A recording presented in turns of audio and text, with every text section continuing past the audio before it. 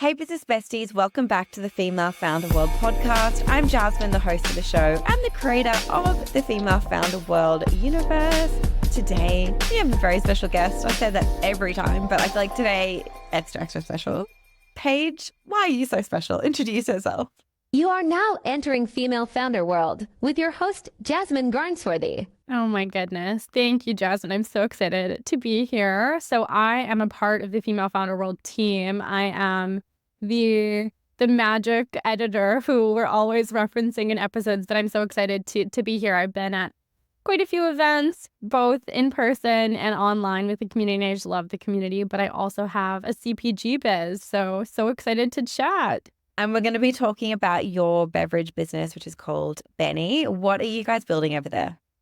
Benny is a naturopathic doctor formulated good for you energy drink. So it's yerba mate and adaptogens. And we were just really inspired to create an energy drink that serves you not just now, but 10 years down the line and also tastes really, really good.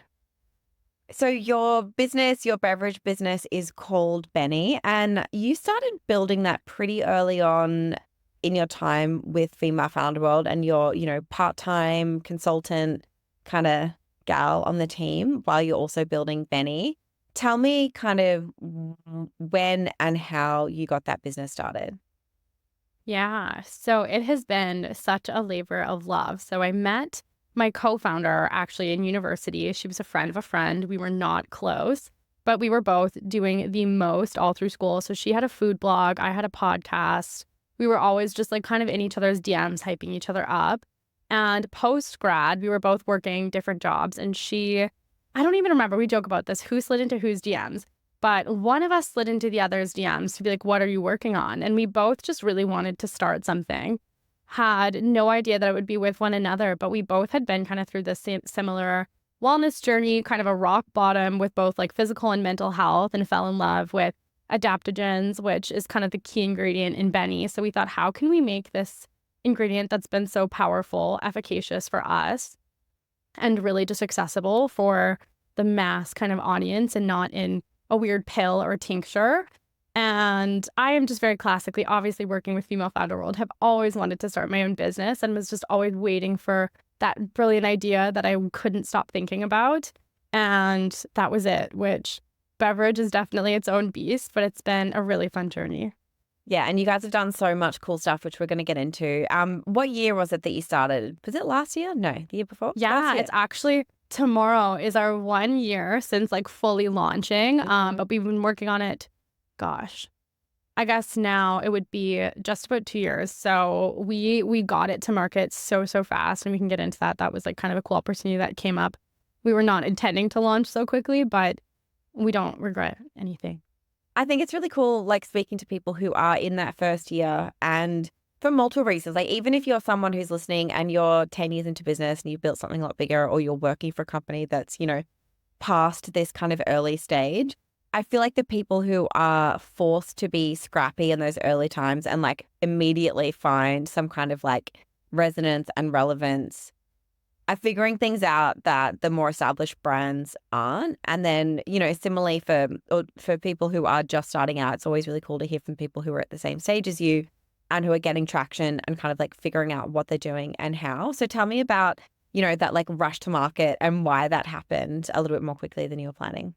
Yeah. So I think everyone, we knew we were working on this business. We were working with our naturopath to formulate everything. Like the branding was all coming together. And people will always ask, like, when are you launching? And we're like, okay, I don't know, whenever we turn on the Shopify site. But Pop-Up Grocer ended up reaching out to us, who, if listeners don't know, they're kind of a media company hybrid grocery store. So a really great media play, but their store is in New York. And they reached out to us. We held an event there. Yeah, we did. And it was so good. While I was there. Yeah, that was awesome. Gosh, yeah, I don't know how they would have even found us. We had the Instagram account, which I know so many founders on the show talk about, getting your Instagram handle and just starting to like tease out some content that's just kind of mood board, like setting the brand vibes if you don't have any assets. So we were doing that, and they reached out to us to launch Benny there. So we thought it was an offer we could not refuse. And kind of all the while, we had been working with Sabina, the founder of Dough, who is one of our advisors. And She's just incredible. I actually connected with her after sliding into her DMs after a Female Founder World coaching call. And she joined our team very, very early on as an advisor. So she had hooked it up that we could do an opening with Set Active, who we're just obsessed with, at their Bleecker Street location. And it was the same day that Pop-Up Grocer wanted us to launch. Very serendipitous, both of those happening the same weekend. And we were like, okay, I guess we'll just launch the beverage and that will be our launch date. And things were definitely like so pulled together. We'd only ever had 2 commercial runs of the beverage. And the first one was terrible. We hated it. The second one, it was fine. But the third one, we were just like, okay, we have to get this quantity that Pop-Up Grocer wants. If it's not perfect, it's not perfect. But it ended up being really good. Obviously, every time we do a run, we're tweaking the formula. We're even tweaking the packaging every single time. But we're really glad we just launched and got to it because like there's no other way. How were you funding the business right at the beginning? Great question. So CPG is notoriously so expensive, consumer packaged goods.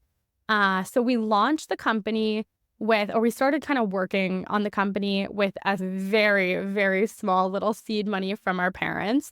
That was $5,000 from both of their sides, respectively, my co-founder and I. So we had to pitch them. It was very serious. And they were like, I guess we will. So that wasn't an equity investment. That was just like a gift of the $5,000, which went towards our first packaging. Yeah, which was so scrappy. Our designer was able to do it really, really cheap. And he's been a part of our kind of team ever since. And he's just amazing. So went to the packaging, went to our very first small production runs and our website. And then we also, this is such a good tip for any Canadian founders listening, we got a $25,000 loan from a company called Futurepreneur that does, I want to say it's for under 40 founders, does some pretty founder-friendly terms for loans at like the idea stage. You have to be, I think, less than like 6 months old as a business or something like that. So we actually ended up getting our Futurepreneur money probably like a week before we launched. So that was able to fund our next production runs, just get things kind of off the ground. But oh my God, that money, like long gone. I don't even know what it went to. Like it just goes so fast. I remember seeing your first iteration of your branding. You put it in the Female Founder World like group chat, and then kind of like where it ended up. It looked so good. I feel like the tweaks were really spot on. Like you've really nailed it. What was that kind of process of building out your brand identity? What you wanted it to look like? Was it all just vibes and Pinterest boards, or did you have something else? Like what was that process? Thank you, Jasmine, for your compliments. I'm very proud of where she's at, except for everyone, you know how it is. Yeah, like you hate your own stuff. You see it and you're like, oh my God, I'm so over it. Oh my God, I get so sick of the Female Founder World branding. Like every week I want to change it. And I'm like, no. Consistency, but it's so good. Brand, consistency. I know, but like, I feel like if you're someone who's entrepreneurial and you're embedded in trends in the future and what's happening, yes, your finger's on the pulse about this stuff and you always want to do the new thing. Yeah. It's hard to find branding that you like love forever. And totally. And that was something we wanted was like modern, but still timeless, which is so hard. I'm sure everyone kind of feels that way about their brand, but I am such like a brand nerd. So I was so excited about the process, but it ended up being one of, I don't want to say like the hardest. It was definitely not the hardest, but like definitely one of my least favorite parts just because it was so tricky. So we did, and I think this was what you're talking about in the Female Founder World group. We did our first edition of the branding, our designer did with us, obviously. First kind of whole brand guide. We sat on it for like 2 days and I said, I hate it. We have to start totally from scratch. So that pushed back launch like maybe 2 months, which was fine. We still scrambled, made it happen. But totally, I think the first time I just expected our designer, who's amazing, to like jump inside my head and know exactly what I wanted. And he nailed it for what I was asking for, but my briefs were so bad. And we just like really got so nitty gritty into like, who is the Benny girl? Like, where does she shop? Where doesn't she shop? Which one of the spots that we said she shopped at was Set Active, which is so fun that we got to do their launch. But yeah, I got so nitty gritty on more like who are we wanting to appeal to as opposed to what does it look like? Which changed a lot over the branding iterations. And I'm really glad that I kind of followed my gut, my intuition that it wasn't right. I think that's something that Julie, my co-founder, and we preach every single day. we are just all about like leading with our gut and our intuition because it's always right. Any decision that we've made that we were not feeling good on, that felt a little bit icky, whether that's like a different investor or just like a different store opportunity that comes up, that's really amazing, but it just doesn't sit right. Getting to know ourselves in that way, I think, has been like honestly our secret sauce. Yeah, that's so true. Something else that you've done really well and I want to learn more about is your kind of like team of advisors that you've rallied around. You have huge, huge names. First of all, tell me who your advisors are. And then I want to know like how you found them and what what that arrangement looked like and any advice you have for folks who want to kind of build that because it's one of those things that's pretty hard to Google.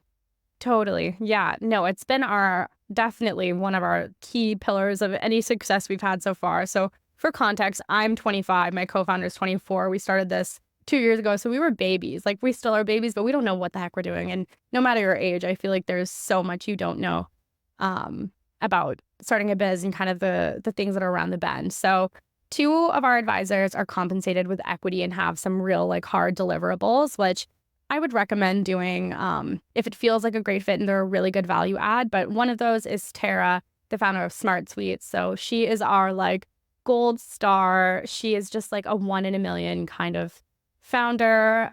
Plug for her podcast episode. She's so she did impressive. one on Female Founder World. Yeah. And it was really good. But she's also Canadian. She's from Vancouver, which is where our business is based. So there was like a lot of synchronicities. She started the business as well when she was like 22. And it's a good for you candy. So when we're good for you energy, obviously. So everything that she's done in the candy industry, we're hoping to do and are working on doing in energy. So it was a super obvious fit. We actually reached out to her years ago. We'd done a few. So she actually did a same accelerator as us, which was wonderful. So we slid into her DMs from that. She did a couple calls with us, and I thought we were kind of like dated enough for me to make the formal ask for her to come on and be an advisor. And she originally said no, which was so gutting. I literally felt like I sent her the email and I went into a movie. So I wasn't checking my phone and I was so nervous the whole movie. I was like, it felt like I was texting a boy. Like I was like, oh my God, what's she going to say? She didn't reply for like 2 months. And she came back and said, sorry, I'm too busy. And that was so gutting. But she ended up hosting her own accelerator, which was just amazing that we got picked for last October. And then she came back and said, if you guys still want me as an advisor, I've got to know you better. I've got to know the brand better. I would be honored to be a part of this. And she only does it for one other brand. So she's very picky about her time. Wow. Which, yeah, was a huge honor. That's and so amazing. Cute. Yeah, I know. We need to take in the wins more. And that was one of the biggest wins. And we've got to know her so well, like personally and professionally. She's just like such an amazing person to get to know. And obviously a ton of help. So we do bi-weekly calls with her that are really long, like 1.5 to 2 hours, that are strategy, just like anything we need to ask her. We're always texting. She's just really, really great for, like I kind of said, seeing around the bend. So she's kind of our key advisor. Another one is a woman named Dion who has a really big natural fruity brand in Canada. And I actually interned for her many years ago. And she is more in the weeds in her business than Tara. So having their kind of 2 lenses is really amazing. And she has a really amazing reputation, both herself and Tara. So being able to kind of ride their coattails has been really amazing. Yeah, you put slide that one in the investor deck. Everywhere. We put it everywhere. Which they know and they've consented to. They know what they're signing up for. And then we have 3 other more informal, or you know what, we have 1 more formal. So our naturopathic doctor, who I actually found her from, there was a adaptogen brand that I just loved, and she used to write blog posts for them. And I was like, let's just set up a call. And she was probably our first call that we ever did external at Benny at all. And we were like, will you help us with this and help us formulate? And she's amazing. So she's an advisor. She's come on as an investor. We do a lot of events with her, do media stuff. She's so wonderful. And she's another person that like we met her and we just knew like we got along so well as friends because everything really is like dating and we just loved her. So yeah, the chemistry has to be there. Yeah, exactly. We see that with everything, like even like a designer or like our co-manufacturers, like is there chemistry? Like, do I want to build this business with you? And that's something that Tara's really advised us with too, for any advisors, investors, anyone you're bringing on. Like, is this someone you want to win with? And I think that lens has served us really well and makes doing business a lot more fun. Mm. And then other two investors. So we have Sabina from Doe, that, like I said, DM slide, and she's amazing. Doe has like the most amazing marketing, and we are always picking her brain on that. And then another one is Zev, who's one of the original co-founders of Starbucks, who spoke at an accelerator we Wild. did. I know. He's so cool. And helps us out with like our pitch deck and different things like that. So it's nice to have kind of a gap and see where you can find someone to fill it. I think something I learned while I was in university that they used to always say is like, take advantage of your student card, because people are willing to talk to students, like go above and beyond for very true. students. Yeah, so I try to take that as like the first time founder card, or like the young founder card. Mm. I am so shameless with my DM slides. I honestly need to like get back into it.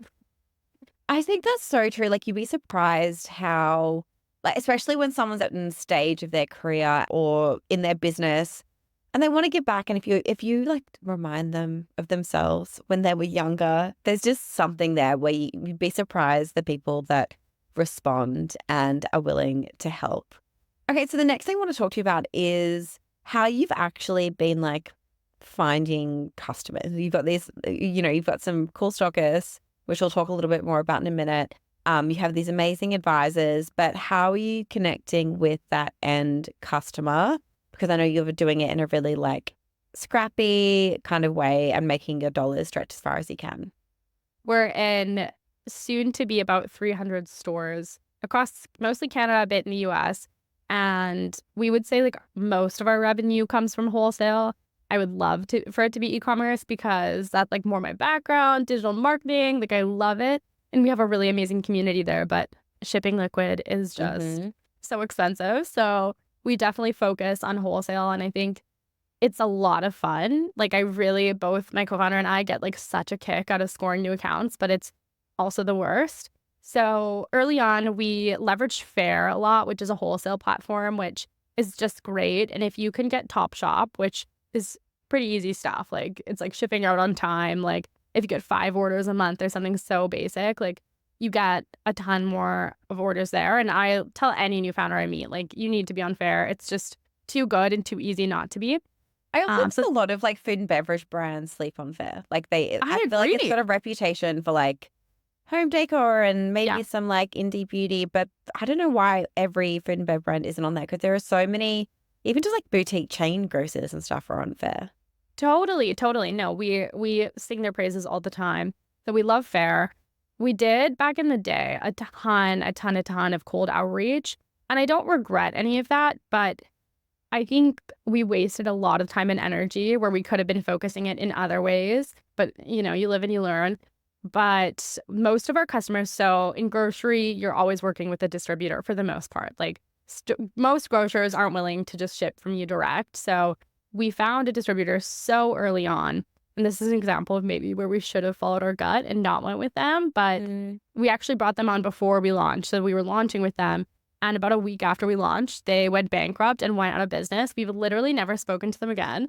Yeah. Oh my God. Yeah, we got an email from the government. I don't even remember who it was from, but they were like, these people owe you money. Get paid. This is the government. Hi, government here. Yeah, they said. Are they holding your stock? We didn't have a ton of stock there. I think most of it was shipped out. Okay. I wonder what happened to some of that. It was old formula. It was not good. Yeah, that's right. But we never got paid, and it was fine. We were lucky. It was a small, we were so early. We have some friends that were with them that got way more screwed than we did.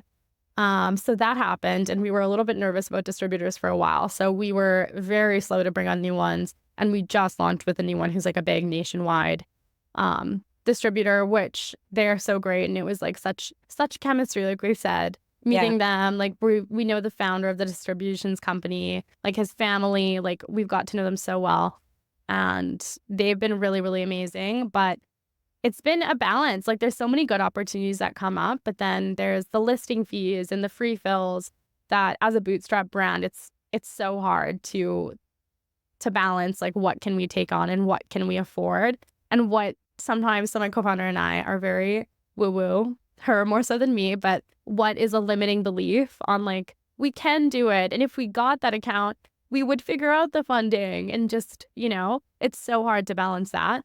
But early wholesale customers came that way. And then building our kind of end consumer, our like Benny community, we call them our friends with Benny, has been the most fun. So all the basic things like social and TikTok, but we do a ton of events. So the majority of our content on TikTok and on Instagram are feeding back to our Friends with Benny events. We do one every month in Vancouver and in Toronto, kind of our two headquarters where most of our stockists are. And it's been so much fun. Like we invest heavily in them. They're free and we get like insane wait lists. Like they sell out in like 10 minutes. I have one tomorrow morning that has 200 girls registered for a hot girl walk. And I'm like, thank you so much. But like, we're not doing that much revolutionary stuff. It's like the in-person programming thing is just so powerful because if you can get people who like each other together in a room, they're going to want to come back. Like that's what they're there for. You don't even have to have the most amazing venue or like any kind of swag or like it's really just like bring cool people in to like do something that's vaguely enjoyable and they'll come back. Yeah, no, totally. It's been so much fun. And what we always say, so I'm definitely more of like the marketing growth side and my co-founder is more ops in that world. So trying to quantify the ROI of these things where we're spending like thousands of dollars on like swag that's just getting given away for free. I know my co-founder has been like, what is this in the beginning? But I've always said like, you can talk a lot more organically. Like I think word of mouth marketing is never going away. That's everything. But you can talk a lot more organically about what you're doing on the weekend than like, I tried this new beverage. You should try it. Yeah. So it's been a lot of fun. Like I've made some amazing friends in our community. And it's something we actually took from Tara. Like she was all about finding her niche community, which was the Weight Watchers community, that we are like, what is our niche community? Almost everything that Red Bull does, we try to do in our own way. Like we're not going skydiving, we're not mountain biking, but like what do our girls like to do? What do we like to do? Like go for a walk with rescue puppies. That's on Saturday. Like cold plunges. That's a good idea. It'll be so fun. I'm excited. Okay, this is a really random question, but what do you use for like your event registration and sign up and all of that? Yeah, we use Luma. I think that's how you say it, lu.ma, which is great. So we have a very small Geneva chat that when people are super engaged in the community, we invite them to that. But I know Geneva, we're maybe moving, who knows? I really am into TYB. Oh my God, we should totally do TYB. I feel like it's expensive, but it amazing. is expensive. Yeah. It's on my to-do list. I think that they are so cool. And if any brands listening have the budget, like I would be doing it in a heartbeat. Yeah. So if people don't know, TYB is the community platform that was built by Ty Haney, who started Outdoor Voices. And basically she built this company based on community marketing, and she's built a platform to help brands build community and kind of like reward different actions that support the brand, blah, blah, blah. It's really cool, and some really like all of your favorite brands are on it pretty much. They're all there, they're all using it, but I think the software is pretty pricey at the moment, but maybe it's changed. It's Jasmine. I am very quickly interrupting the show to let you know about, I don't know, maybe the best free thing that we have ever created at Female Founder World. It's called Launch Lab. And if you remember it from last year, if you've been in the community for a little while, you will know that this is the most actionable marketing workshop series that you have ever attended. And it is completely free. This year we have, well, not we, but literally me, myself, and I have handpicked 4 founders and business owners that I just think are just doing really cool stuff. And I've worked with them to build workshops around their knowledge. And we have the founder of a brand called Ian Charms. She built this business through celebrity marketing. She has been worn by the Biebers, Dua Lipa, Pete Davidson, all of these people. And that has really helped her propel the business to an amazing place. We've got a viral content strategy workshop by the founder of, I think it's one of literally the most successful food brands on TikTok Shop and TikTok. She walks you through step by step what's working and how she over and over and over again creates viral content and then turns that into sales. We also have a workshop all about building a wait list, and that is by Lisa Guerrera. You've heard from her on the podcast. She built a 10,000 person wait list for her beauty business, and she has the blueprint to help you do the same thing. We also have a full workshop on building a college ambassador program from the founder of Dormify. And this is so, so practical. Dormify is literally a brand that makes homewares for college campus dorms and for students. So her college campus ambassador program is super important to the business. Honestly, I think that we've picked the best people to speak on all of these areas, and the workshops are really practical. This is not something you're going to learn in a normal marketing class. You did not learn this at university. It is the stuff that is working for business owners right now. And I'm honestly so proud to be able to offer this for free. All of the workshop recordings are also available if you sign up, and it'll be available for a limited time. We're not going to keep them up there forever, but they're available right now if you head to femalefounderworld.com/launch-lab or click the link in the show notes. So you mentioned the community building and your social. Talk me through a little bit more about like the content that you're posting and what's working, because you've done some like, I don't know, some interesting things. I feel like you've gone viral-ish a couple of times. What's working in terms of content? Yeah, we are definitely rethinking our content strategy like every day. Classic. Same.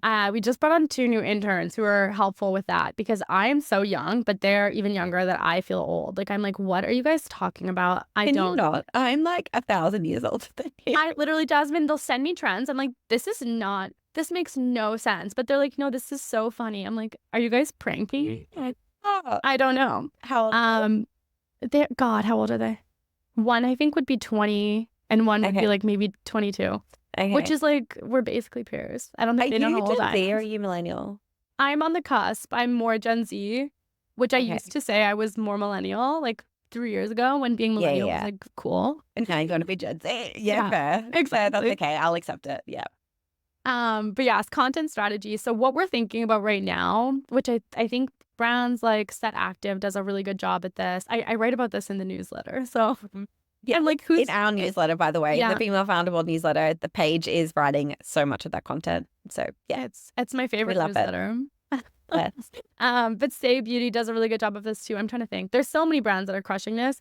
Of just on TikTok specifically, every piece of content we're thinking about, like, is this something that our kind of girl, like our target audience, would be sharing with their friends? Because I think that sharing is like the new commenting. So we're always trying to think of like what's relatable. Like, is that like, I don't know, like studying for your exams or like things like that. I can't even think of any examples, but we brought on a TikTok content creator about 2 months ago who has been really awesome. Like, we sent her to the wolves. She's amazing. She is not like a formal content creator. She was connected to us like a friend of a friend.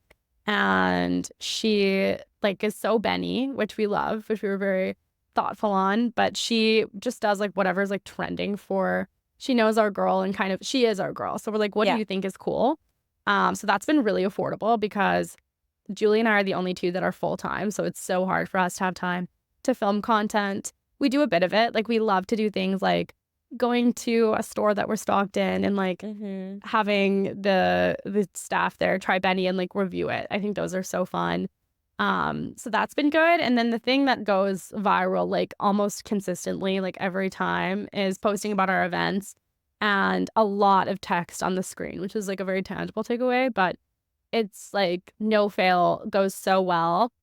And then we get people, this is a tip that I've shared with Jasmine, but we get people to comment their handle and we'll DM them. And they comment, they basically, you're like, hey, like send your Instagram handle so we can like send you the link to join, because it's so hard to kind of get people to click a link, and you can't automate comments or DMs on TikTok in the way that you can on Instagram with platforms like ManyChat. And it's a headache, like it's tedious, but we find it's really nice because TikTok, I think most people know this, but TikTok's like serving out content a bit more than Instagram is. It's easier to find a broader audience, but then we're sending them to our Instagram and they'll usually follow us on Instagram too, engage with us there. So it's been good, but it's a lot of work. And sometimes I wonder, like, is our audience getting like fatigued of this? But I think TikTok, we say it's like a testing ground. Like, I think if something's working, like it's getting to a new For You page every time that people, they don't mind. Yeah. And I just think like this applies to so much in marketing and branding. You get sick of it. years before your customers get sick of it. Do you know what I mean? Like to you, you're like, oh my gosh, we're doing this thing, like we're doing this post again or this format again. And like they maybe didn't see the last 3 times you did it, you know? So I just think 100%. like that's what people say, consistency is key. And it's because you don't know who's seeing your shit, probably not even half the people that follow you. Okay, the next thing I want to ask you about is making like this work financially. We've already spoken about, you've raised a little bit of money. CPG is really expensive, but you are, and something people don't talk about enough is like the first many years for many people who build businesses, they're also doing consulting work, part-time jobs, side hustles, like while they're building their consumer brand. Talk me through what that's been like for you. Yeah, no, it's something I'm so curious about. Any founder I meet, I'm like, how are you doing this? How Because do I you think afford this? literally, like, it is expensive personally, professionally, like you're getting hit from all angles. So I feel very lucky that my background has been like very transferable to contract work. So Yeah. all through school, I was doing contract, like freelance work, different social media, like media marketing, all of the things. I graduated and was full-time for a while. So I built up a tiny little nest egg and then went back to consulting and doing freelance, which has been really nice that as Benny has grown, I can wean that off. So it used to be Benny was 10% of my time and my consulting work was 90, but it's slowly flipped that now Benny is like 105% of my time and then consulting and stuff is like 10%. Which it works. And then sleep and social life is 0, but like totally. Yeah. I don't, it's fun. And I feel so lucky. Like the founder community that I have has been so great that work and play, like it's all the same. I love what I do. I think, finding a way that you're able to make it work. We just recently gave ourselves the smallest little paycheck this last month, which was so exciting to be like, we don't owe you this back. Yeah. But it's been a grind. We did raise like more. It was just on a safe note. So equity funding about 4 months ago, but a very small amount. Kind of, we say like the minimum viable funding to get us to the next step, which, it's all been a grind and there are so many sacrifices, but it's so worth it. It's been so cool just to like hear this in detail because I talk to you, multiple times a week. We're on Slack all the time. But I feel like we don't get a lot of time to dive into where you're at and where the business is at, aside from like, things are good, it's busy, but it's been really nice to like sit and have a chat with you. I hope everyone else enjoys this as much as I do because I really loved it. And also we're not going to post video for this because we're doing it virtually rather than in person, but your engagement rate.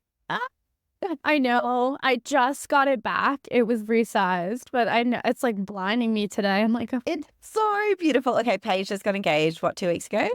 3 weeks ago? Oh, yeah. No, it was in May. So like, Okay. about a month ago. I will say too, that is the secret sauce, having a supportive partner.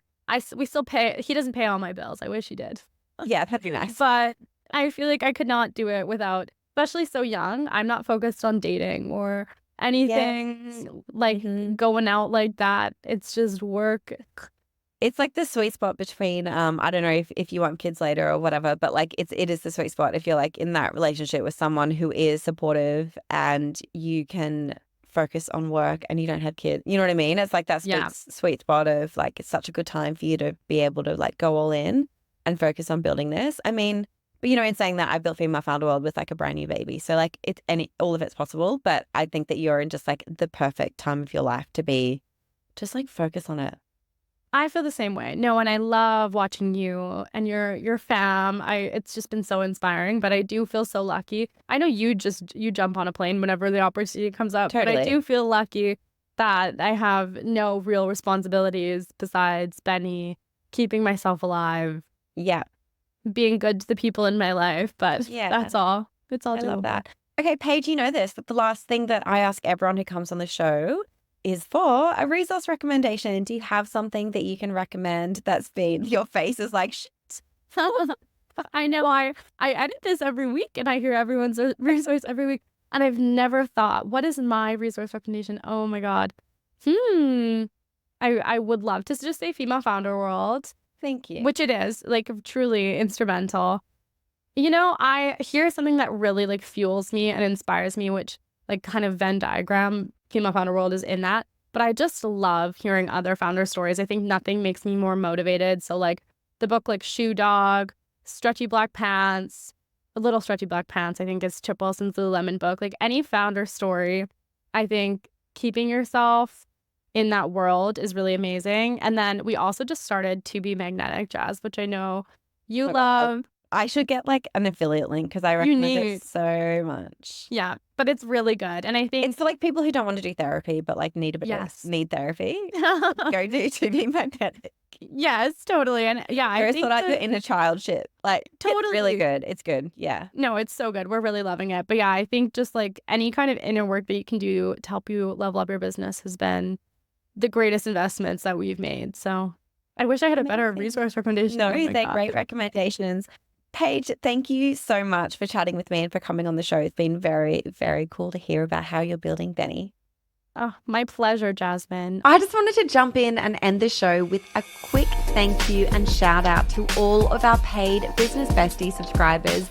For $9 a month, Business Besties bypass literally years of networking by getting access to all of the people that you need to build your dream business. Besties get access to exclusive in-person meetups in cities all across the US, Australia, and the UK. You get access to our group chat and you get to bypass the waitlist. You also get invited to exclusive monthly group business coaching call sessions where you can speak to experts and founders and ask them all of those questions that you just can't Google. It's $9 a month. You can cancel anytime. Head to bestie.femalefounderworld.com or click the link in the show notes for more.